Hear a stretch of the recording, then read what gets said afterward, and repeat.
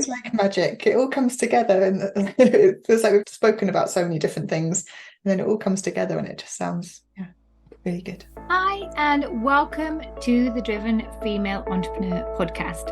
I'm your host, Melitta Campbell, award-winning business coach, value whisperer, and founder of the Dream Clients Blueprint, your step-by-step guide to communicating your true value with confidence and attracting more of your perfect clients. To help you already start attracting more of the right clients into your business, I've put together a free training for you, which you can access at melittacampbell.com/training. And today on the show, I've got something a little bit different for you. So usually we have either an interview with a successful female entrepreneur, or I share my own insights on how to succeed in business and feel confident doing that, whatever your personality type. The goal is always to help you dream bigger and achieve more in your business without ever feeling fake or burning out. And today, on that point, I've got something a little bit different for you. So I would love it if after you've listened to today's show, you drop me a note and let me know if you enjoy this, if you like this different approach, and I will do my best to bring in some more guests of this type. But today I'm doing some live pitch coaching. One of the reasons I changed my business from working with large corporates was that I saw so many small business owners, coaches, people with incredible services and an incredible capacity for creating positive results for other people, promoting positive change in the world.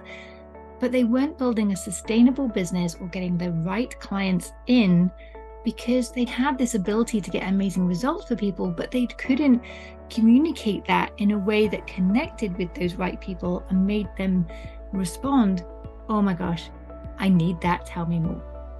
So when I pivoted and I created my signature program, the Dream Clients Blueprint, a core part of that is what I've called your magnetic marketing message matrix. And we brainstorm together, we bring together everything that you've learned so far in the program about your offer, your ideal clients, the value that you generate, what makes you stand out and so special, the results that people will walk away with after working with you. We take all of that information and then I formulate that and sell your business back to you in a live pitch. And it's a really fun session and it's always very insightful and my clients love it. Even if they're listening to someone else who's going through the process, it's always very exciting seeing it all come together. All of this massive information, which you may find yourself. You have so much information that you want to share about your business. How can you refine that into a simple framework that makes your pitch compelling and makes people think, oh my gosh, I have to learn more about this service? And today, Jennie Reed of Excellence in English has very bravely agreed to do this process live, well, live-ish, it has been recorded with you here. So you can hear exactly how that process works. So you can start to do this process for yourself. Or if you need some help with that, we can do that together in a session. You can find out more about how you can request such a session. Go to melittacampbell.com/pitching and you'll find all the information there. But first, let me bring Jennie into the room and we'll start going through this pitching process. I hope you enjoy it. I hope you find it valuable, but do let me know what you take away from it, how it helps you, or what you would like to see more of in the future, and I'll look to bring more of that into the show. You'll find us in the community on School, that's SKOOL, and just search Dream Clients Club and you'll find us there. Meantime, let's bring Jennie in. Hi Jennie, welcome to the podcast. Thank you for inviting me. I'm so excited to be here today. Yeah, and I am really honored and grateful that you have agreed to do this with us today, because we're going to do something a little bit different. This isn't an interview, it's a live coaching session where we're going to put together your pitch for your offer. Through the Perfecting Your Pitch sessions that I run every month, I really see that people struggle on how exactly to present the value of what they do without it sounding salesy, but really getting that value across. So this is going to be a live demonstration of exactly how you can construct such a pitch. And I know it's always a bit nerve-wracking being the first person to do this, and we're doing it live, well, live-ish, it's recorded. But I just wanted to say a big thank you for doing this. No, it's my pleasure. I've seen you do this several times in our coaching sessions, and it always feels like magic when you take all the different components that the people have given you and then turn it into this pitch. So I'm really excited to see what comes from this session. Yeah, I love it too. It's a bit like, you know, when you have those interior design programs and the family disappear for a weekend and they come back, and it's like, ta-da! It's that moment, because we're going to break down all the value that's locked within your program and how it helps people, how it helps your ideal clients. And then we're going to bring that together in a way that makes sense, because people buy emotionally. So we want to have that emotion in there, but it has to be logical as well, because once we made that emotional decision, we need to be able to justify that we've made the right decision. So that emotion and logic need to be in balance. And yeah, I'm excited to see what comes out for us. So we will dive in, and just to very quickly introduce yourself, you are a pronunciation coach for individuals who feel that their pronunciation in English is holding them back a little bit. Is that correct? Yeah, that's right. So often when we're speaking a second language, we have studied the vocabulary and the grammar for so many years. Many people starting learning English when they're 5 years old. And by the time they get to adults, they often feel, oh, I should be perfect in English. Often perfection is this elusive thing that doesn't actually happen for anybody. But also when we're having conversations with native speakers or proficient speakers, sometimes we miss things still, even though we've got the right words, the right grammar, everything in the right order, but something still is missing. And this is the bit that comes into pronunciation. It can be the intonation, the word that was stressed when the person said something. And all of these things can actually change the meaning of the sentence. Even if we've understood the words, we might not always understand the message. And also the way we speak can influence what other people understand from what we've said. So getting people to feel comfortable with these nuances of the language can really help build their confidence so that they can move up in their language skills and have control over what they're doing in English. Yeah, and feel fully confident putting themselves out there, I'm sure.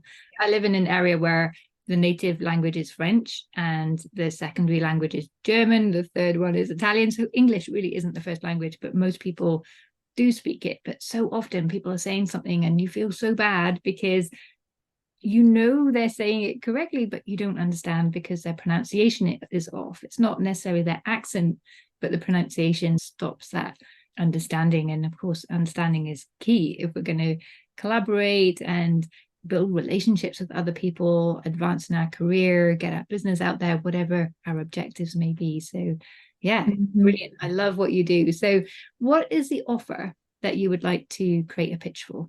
So I offer one-to-one courses and small group coaching, but today we'll just focus on the one-to-one course. Okay, so it's a 1-to-1 pronunciation course. So you talk and I'm going to type. So if you listeners, if you hear the tappy tappy in the background, it's me. That's what I'm doing. So I'm going to ask lots of questions, and as you answer them, I've got a little grid here. So I'm just putting everything down so I can organize my notes, and we start to see where the patterns are, what the standout points are, and we'll then look at how we can organize those. So it's a one-to-one pronunciation course. How long does that last? The basic course is 10 weeks, and within 10 weeks, most people can see the difference, although that does depend on how much they do between sessions. Okay, and how is that delivered? Is that through Zoom?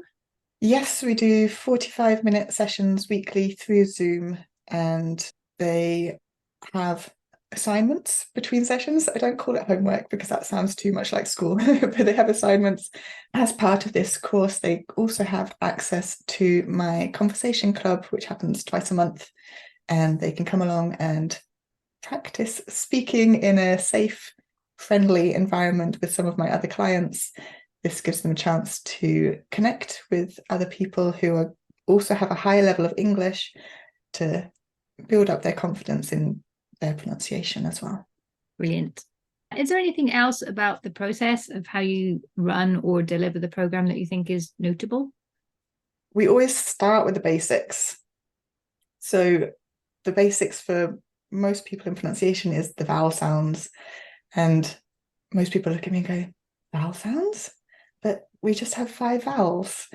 Well, we have 5 letters which are considered vowels, but actually in the English language, we have over 20 vowel sounds. Really? Really, yes. Whereas in Italian, for example, there are only 7 vowel sounds.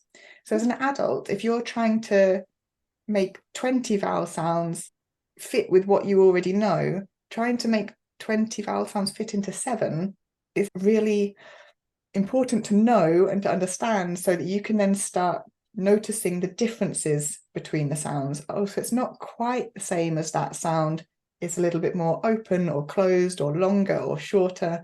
And having this foundation is just the beginning. Once you've got that, you can then think about the stress and unstress in a sentence. And once you've worked that out, we can then move on to intonation and thinking about how your voice moves up and down when you're speaking. And I think these elements combined aren't something that many English teachers or English coaches focus on when they're teaching a language. Yeah, I had no idea there was so much to it. But it makes so much difference in your understanding. And I guess if you are someone who works with people, if you're coaching or something like that, for example, then you don't just want to understand the pronunciation for yourself, but also the real understanding of what other people are telling you, I guess. Yeah, definitely. And also when you're speaking, you need to make sure that your words are coming across the way you want them to come across. If you're wanting to sound understanding and calm, you need your voice to have that within it. It's not just about the words you use. It's about having the whole meaning behind the voice as well. Love this. Brilliant. So let's move on to your clients' pain points. So what are they struggling with, or what prompts them to pick up the phone? No one picks up the phone anymore. Or what prompts them to reach out and contact you? What are those struggles that they have? Many people feel like their accent is too strong. So lots of the Italians I work with feel like they have a very strong Italian accent. And yes, most of them, I would know that they are Italian when they're speaking in English. So strong accent, they're maybe worried about misunderstandings at work because of their accent. Some of them, as I was mentioning about the vowel sounds, some of them struggle to differentiate between short and long vowel sounds like sit and seat, or other ruder words as well. It doesn't take much imagination to see where that can get them in a pickle. Yeah. So they can feel embarrassed about the pronunciation. It can also be that they feel judged by their colleagues. This is one that I hear quite a lot when I have calls with people. So I work with a lot of English teachers, and as an English teacher, you feel like perhaps your English should be the best it could possibly be. And if you feel like your colleagues are judging you because of your pronunciation, this can be really demotivating. I'm sure their colleagues aren't really judging them because they're probably more worried about their own accents. But if this is how they're feeling, it's enough to bring down their self-esteem. Yeah. I've also had people contact me who lived in England for a few years and are now back in their hometown, and now they're feeling like they've lost some of their English. So when they were in the UK, they felt like they were quite fluent, they were quite happy, but now they're feeling a bit rusty in the language and they want to go back to feeling as confident as they did before. The last big one is feeling like an imposter, which happens to all of us in whatever scenario we're in. This could be teachers feeling like an imposter because their English isn't good enough as they see it. I'm putting that in quotation marks because, of course, their English is good enough. Otherwise, they wouldn't have got a job as an English teacher. But also people working in business, if they have to use English in their work and they feel like they can't communicate without hesitating, without thinking about the words that are coming out of their mouths, or being worried about not being able to understand what someone else is saying to them, or even being able to join in a discussion in a meeting. This can be really hard in a second language. If everyone else is a proficient speaker and it's your second language. I remember when I lived in Italy, going to a bar and trying to have a conversation in a group was really challenging, because by the time you process what you want to say, the conversation has moved on 2 or 3 topics. So this can be even more embarrassing in a work situation, because you feel like it's affecting your professionalism and the quality of the work that you're able to put forward. Yeah, I totally understand. I don't do much networking in French because although one-to-one it's okay, but as you say, when there's a whole group, I can't keep up. By the time it's like, oh, I could say this, as you say, the conversation's moving on, it's too late. Brilliant. So I've added into there that feeling like an imposter, trying to keep up is mentally exhausting. So then you're not performing at your best. You can be socially outcast. So I don't go to these events anymore because I just feel so out of place. And then you don't feel like yourself either. You can't really express yourself and show up the way you want. And that's got to hold you back, not just in your career, but in life as well. So I think there's, so much in this. Do you ever find that people come to you because they're not getting the promotion and they keep getting overlooked? I've had people come to me because they haven't felt confident enough to put themselves forward for that promotion, or to go for that job interview for that job that they really want. And they've come to me wanting help to boost their level, give them some encouragement and some energy and some motivation to have the confidence to take that next step. Brilliant. I was just going through checking that we haven't just got the pain points, but how they know that's a pain point for them, what they're actually feeling, because this is the part that we need to include to be able to connect with them. So they feel under pressure to be perfect in English. What does that feel like for them? What's the actual pain they experience with that? So the pain is every time they make a mistake, they notice it. And every time they make a mistake, they beat themselves up about it afterwards.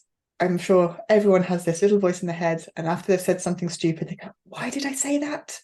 I should have said this other thing, or why did it come out like that? It wasn't meant to. Or you're then beating yourself up and you're so worried about the mistake that you've made, you're then not focusing on either the next bit that you need to say, or you stop speaking because you're worried about making another mistake and looking even more stupid.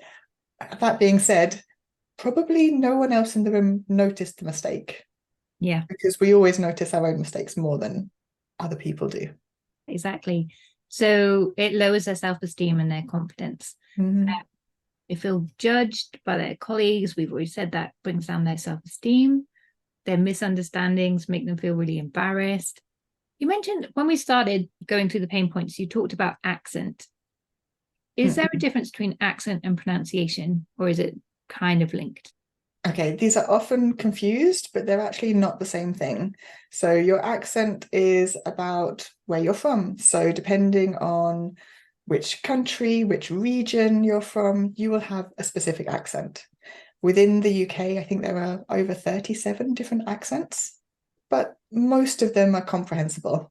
Not all of them, but most of them are comprehensible.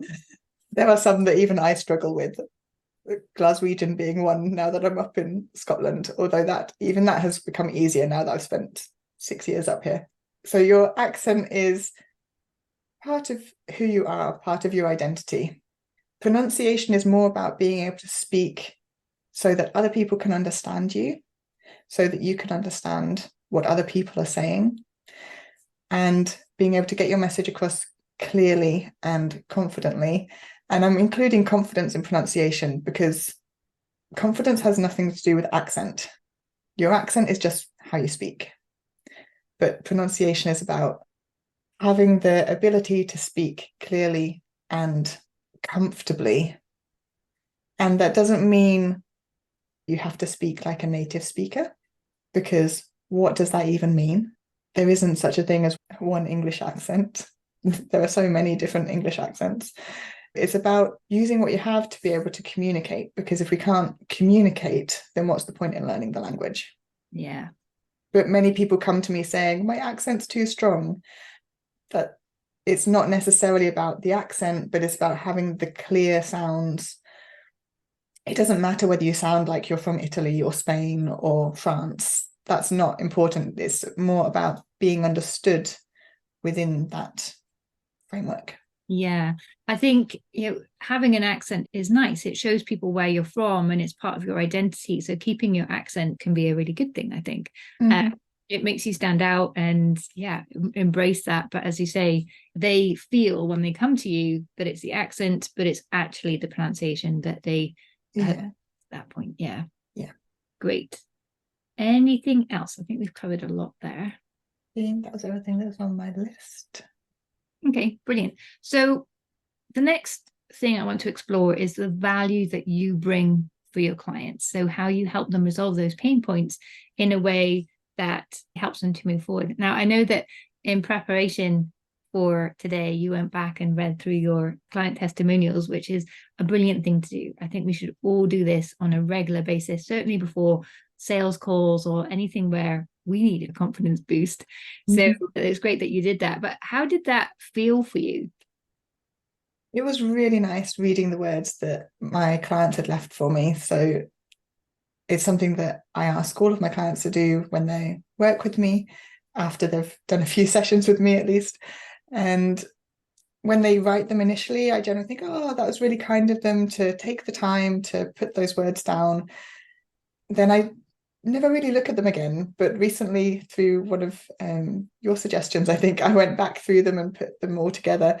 And I read through them properly. And it's really nice to look at the common themes between the different testimonials.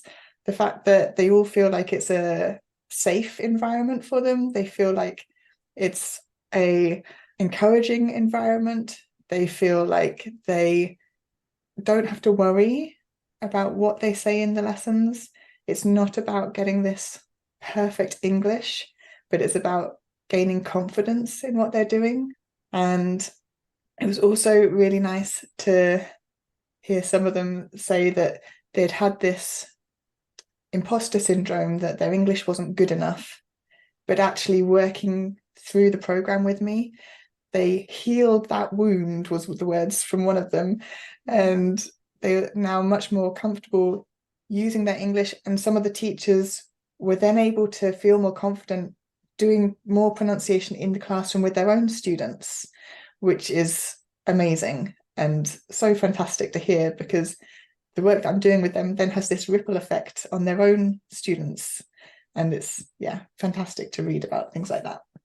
Yeah, brilliant. All of that knowledge is going to be perfect for this next stage. And I love that you work with English teachers as well, helping them to feel confident, helping the next sort of generation of English learners to get their pronunciation right.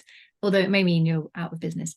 I'm sure that I can adapt. Yeah, there'll always be people who haven't come through the teachers that you helped. So. Yeah. Brilliant. So what do you feel are the elements of value that you bring to your clients? We've talked about the safe environment, that they don't have to worry about what or how they say, they can really express themselves, they feel encouraged, and that their confidence builds quickly and they heal their wounds. And I've also put in there, you mentioned right at the beginning that you give people assignments between sessions. And I think that's valuable as well, because it does accelerate their learning, take those lessons deeper. And the fact that you have particular tools and methodologies that they can use and practice, I think that is a key point of value as well. So that's what I've got so far. What else can we add in?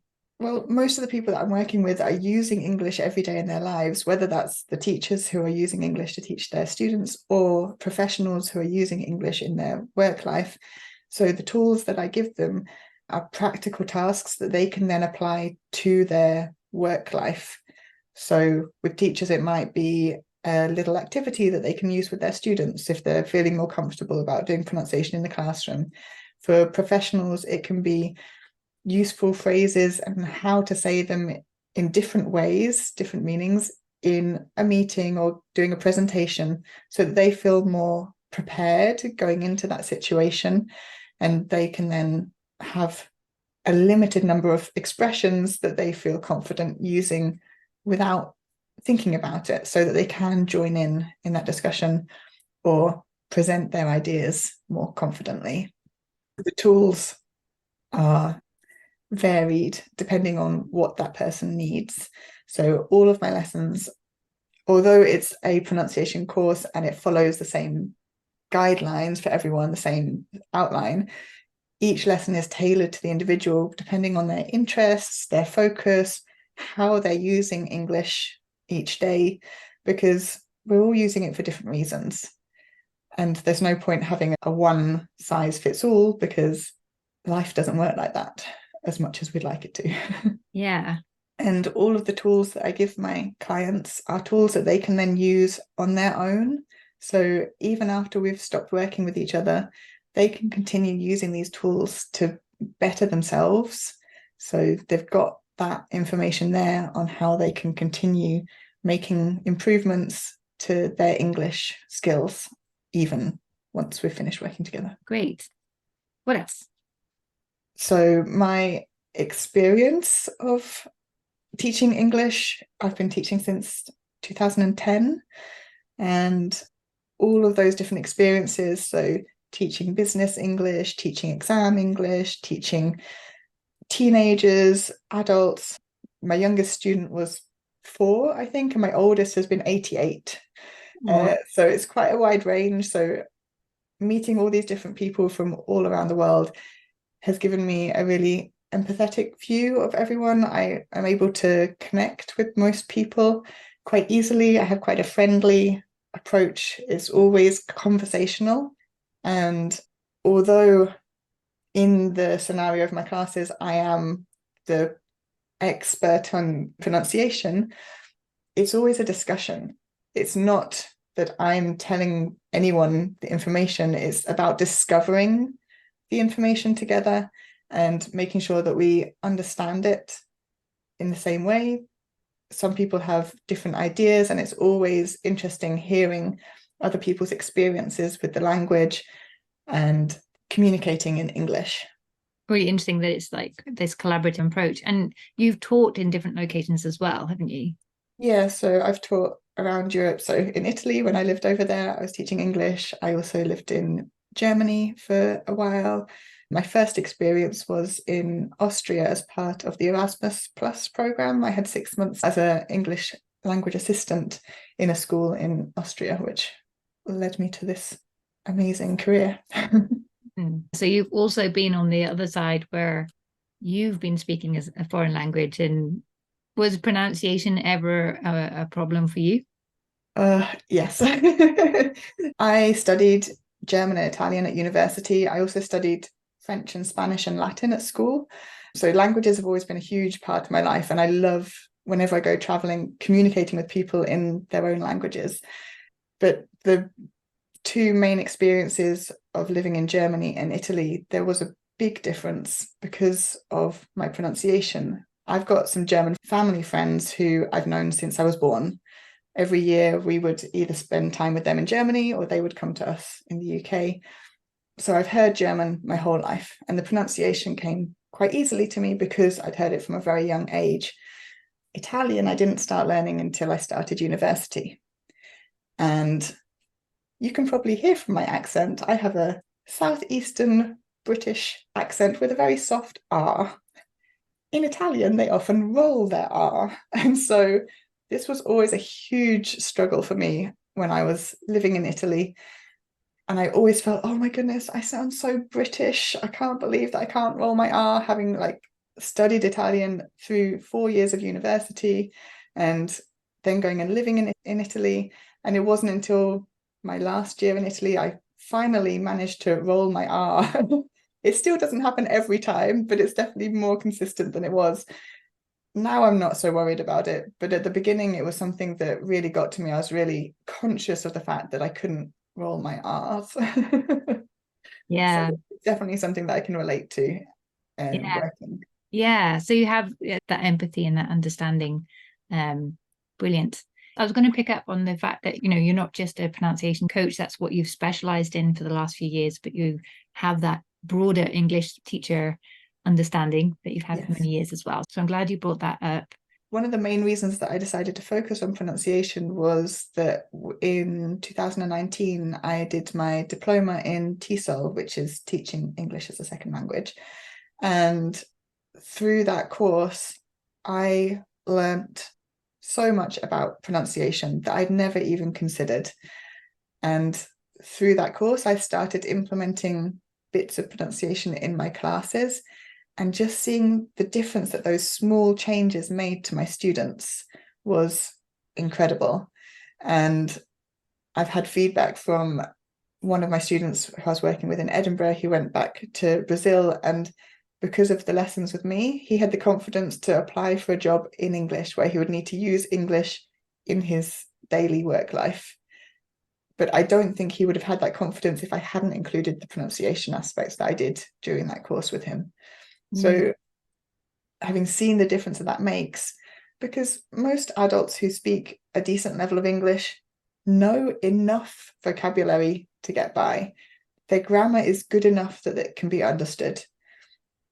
But the pronunciation, they probably have never been taught about it, because if you're being taught in a state school, it's not a focus, it's never tested, although it helps with listening comprehension, speaking, reading comprehension, and your understanding of the vocabulary and the grammar. So pronunciation actually helps all of the language skills, which I never would have known if I hadn't done my diploma. Yeah, I think that should really be part of your brand story. So we're going to do your magnetic message matrix, which is a kind of 3-part pitch, if you like. But as a really nice introduction, it's always good to share how you discovered this, why you feel it's so important, and also, what your vision is. And that can be a nice way to conclude. So what do you feel, or how do you feel the world would be different if people had that clear pronunciation, the kind of missing piece in making that language work for them and having that confidence? I think making connections with other people through English would become so much easier.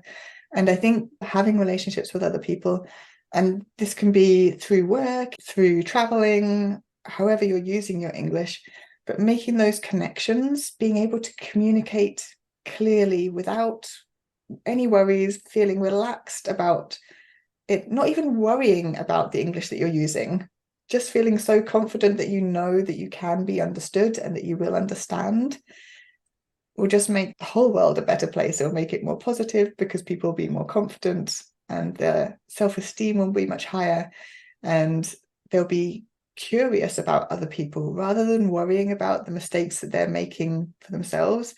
They'll be more open to new opportunities, new experiences, and this will help spread kindness and positivity around the world. Yeah, I love that. And I guess, the world is becoming smaller and smaller all the time. We are more in contact. English is becoming more and more important in all countries.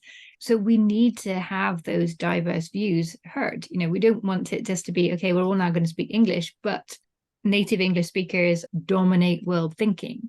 That could be a really dangerous outcome, actually. So I love that you're really helping people feel that confidence so that they can communicate without having to think, or, as you say, worry so much about what they're saying that they dilute their message or just don't speak up at all. Yeah. You're going to change the world.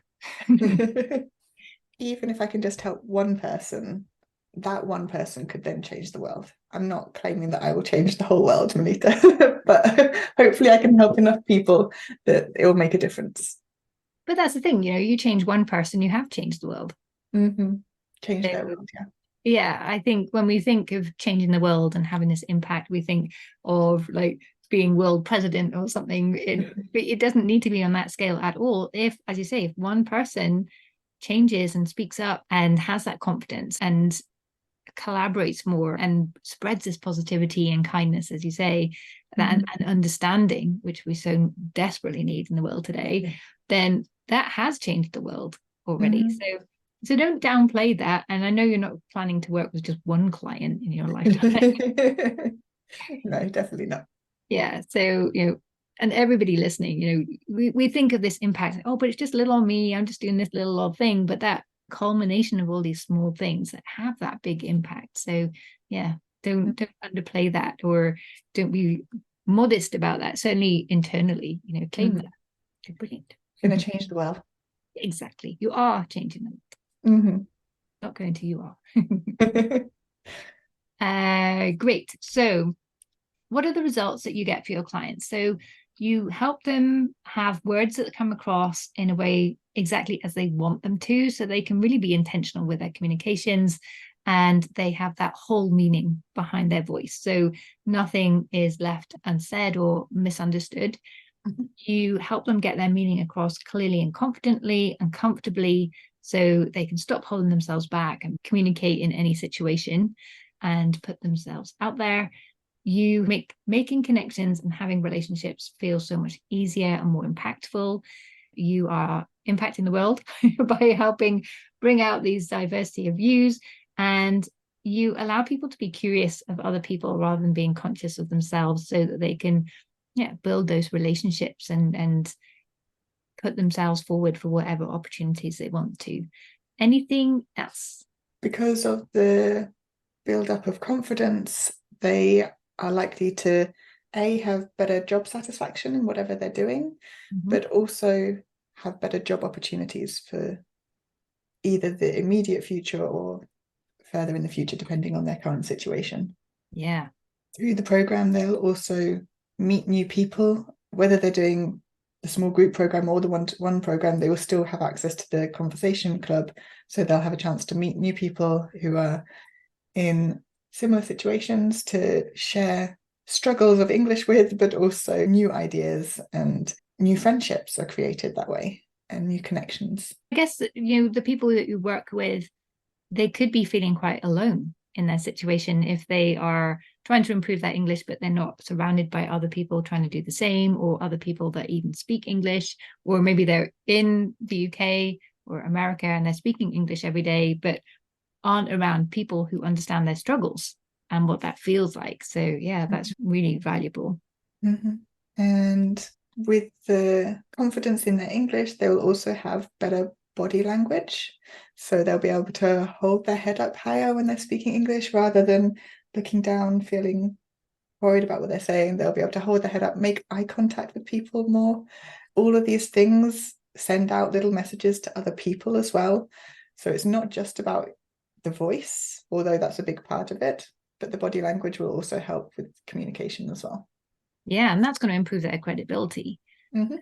I know when I worked in leadership communication, very often the leaders were like, well, I want to promote this person. They are brilliant at their job, but they don't speak up and they don't have that confident body language to represent the department successfully. So they don't promote them. Having that credibility and confidence is key if you want to progress in your career, if you have any kind of ambition.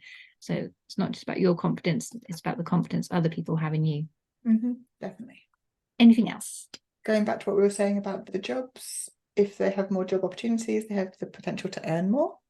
And continuing on from feeling more relaxed in the body language, also smiling more. So this is also spreading positivity, and I think that's a really important aspect of what I do as well, because it's not focusing on the mistakes, it's focusing on what you can do and how you can use the language. And yeah, I think that's really key. I know when I'm having a conversation in French and I'm focusing on what they're saying, I am really staring at them intently. I am definitely not smiling. I'm quite aware that I look like a mad person. Yeah. Yeah, so that's really key. Smiling more, looking relaxed, looking and feeling relaxed. Yeah. Anything else? Obviously, they will have more control of the language that they speak and be able to pronounce more difficult sounds more easily. If they're a teacher, they'll also have the ability to explain pronunciation to their own students. So basically, they're becoming a better communicator. So they no longer feel embarrassed about speaking. Some of the people I've spoken to have said that they feel embarrassed when they're speaking with native speakers specifically. So because they feel like native speakers are on this pedestal, which we're not, by the way, they have this feeling and they often feel embarrassed. I even had one lady come to me, she was preparing for an exam, and she said, she was an English teacher, said, I'm not going to tell them I'm an English teacher. I'm too embarrassed because they might think my English is horrible. And for me, that was just really sad that she had this idea that her English had to be a certain level to be able to be an English teacher. And of course, you do need a basic level, but your students are not going to have the same level as you. So you're still going to be able to teach them something. Yeah, absolutely.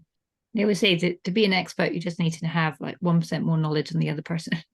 So I'm kind of feeling that this pitch would need to be done twice. So once for individuals who are using English every day and want to improve their pronunciation so they get better job opportunities, more confidence, build that credibility and trust, and start to look forward to a brighter future. And those who are English teachers, because I think there are some specific things like the English teacher's ability to bring pronunciation into the classroom is really relevant for them, because that will help their students get better outcomes, which will help them improve their job prospects and where they go next and their reputation. But it's not at all relevant for people who are perhaps a coach or working in an organization who want to improve their pronunciation. But I think a business owner versus someone in a company, there's probably not much difference between their motivation and the outcomes that they'll come away with. Mm-hmm. So I think for this pitch, we won't touch on the English teachers. Yep, that's fine. Lots of the stuff that we'll cover for the professionals anyway will still be relevant for the teachers. Yes. And they will recognize some of that in that anyway. Yeah.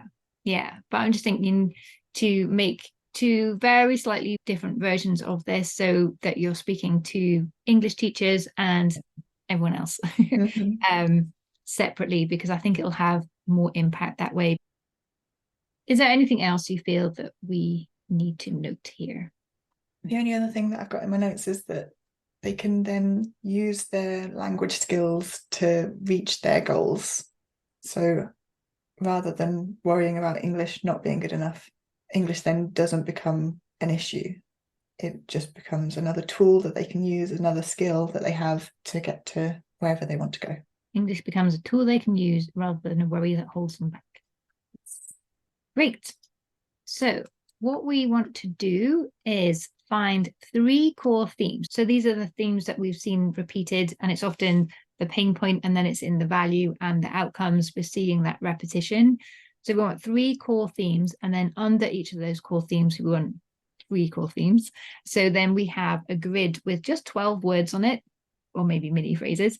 And then you can just learn that grid, and it's going to help you to communicate in any situation. You always have that in your back pocket. And as long as you follow this structure, you know you're going to pitch your offer really well, very thoroughly, in a way that's touching on all the key points. As you know, we've talked about a lot that we could bring into the pitch. So we can't bring everything in, just the highlights. And you can then pitch that in 30 seconds if it's like a BNI event, or you can elaborate further on each of the points.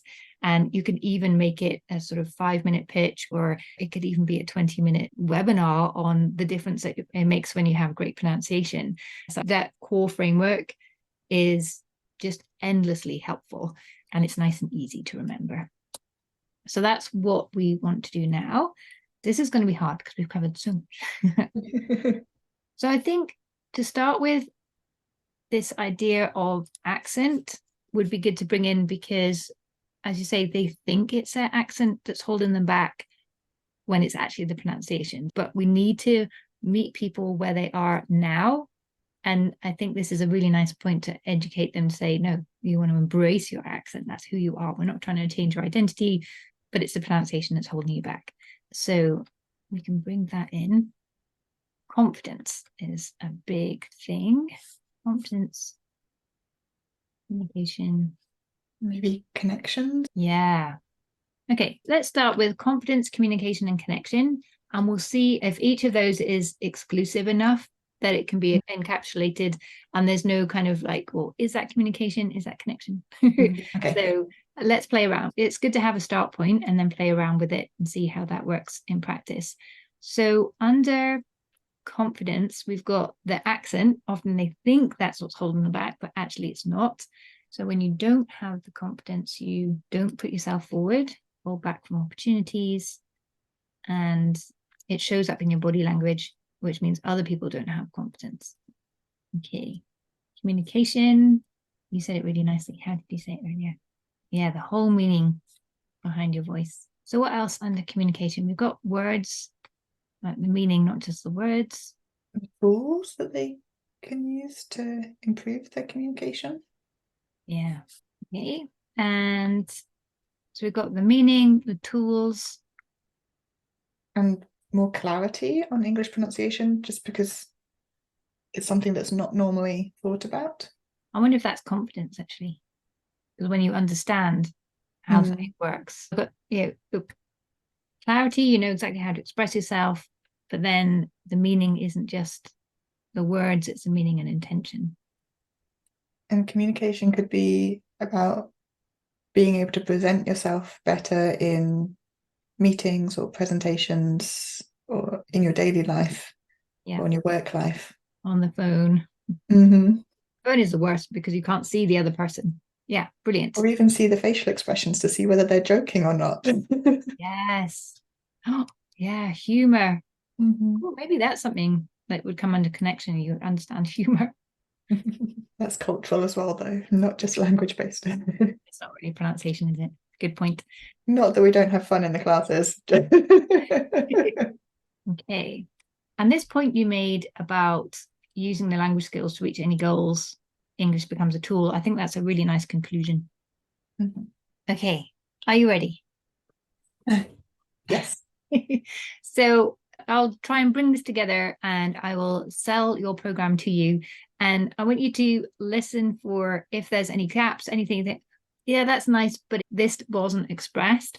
And it's missing an introduction, of course. So your introduction will be, depending on the environment, it could be, as we were talking about earlier, your origin or your brand story, or it could be your vision for the future, your company mission statement. When that's done well, that can make a really nice introduction as well. So any of these things can make a really nice introduction. So that bit is missing. And it could be, depending on the time you have available, it could be just a sentence or it could be like a lot longer. I was at a pitching event recently where I was pitching my services and I used this process and I shared my brand story, my origin story, why I'm where I am today, why I do what I do the way I do it. And people really resonated with that. And so many people came up to me afterwards and said how much they felt connected with that story because no one else does that. No one shares their personal story. Like, this is why I care about getting results for you the way I do.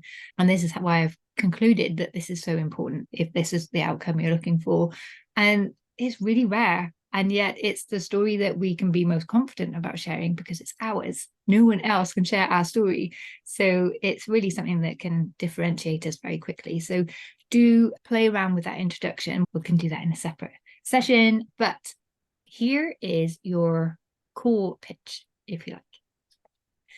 For me, pronunciation is the missing piece of the puzzle for so many people when it comes to confident communication in English. And I approach my one-to-one sessions with typically people who are using English day to day, but it's not their native language. And for one reason or another, they aren't showing up as their full, most confident self. So we work together for typically 10 weeks to help you in 3 core areas. The first area is your confidence, because when you can communicate with confidence, you breed confidence in other people and you stop worrying about how you're saying things and you can focus in on more the conversation that you're actually having, the value that you're putting across there.